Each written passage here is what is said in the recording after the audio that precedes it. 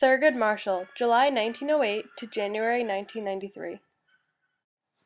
Marshall was the first African American in history to be appointed to the Supreme Court. When he was young, he caused trouble in the classroom by teasing the other kids. Because of this, he was sent to spend the rest of the year learning in the school's basement, where he had to memorize large excerpts of the Constitution.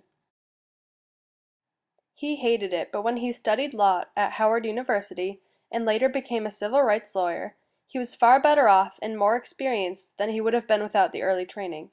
He graduated first in his class in 1933 and continued his career to become a successful attorney. One of Marshall's most famous cases was Brown v. Board of Education of Topeka, Kansas in the 1950s.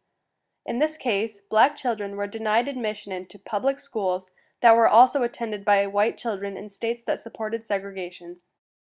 Marshall, along with several other attorneys, wanted the court to declare that state segregation was unconstitutional by the 14th Amendment, which required equal protection of the laws. Marshall was determined to win the case, knowing what segregation and racism felt like firsthand, what with his grandfather being a former slave. In 1954 he won the case, declaring it illegal and unconstitutional for segregation to exist in the states.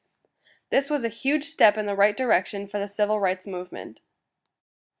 Thurgood Marshall's father, William Marshall, greatly supported his law studies and helped him to achieve this goal. Once, when speaking with a reporter, Thurgood said he, meaning his father, never told me to become a lawyer, but he turned me into one. He did it by teaching me to argue, by challenging my logic on every point, by making me prove every statement I made.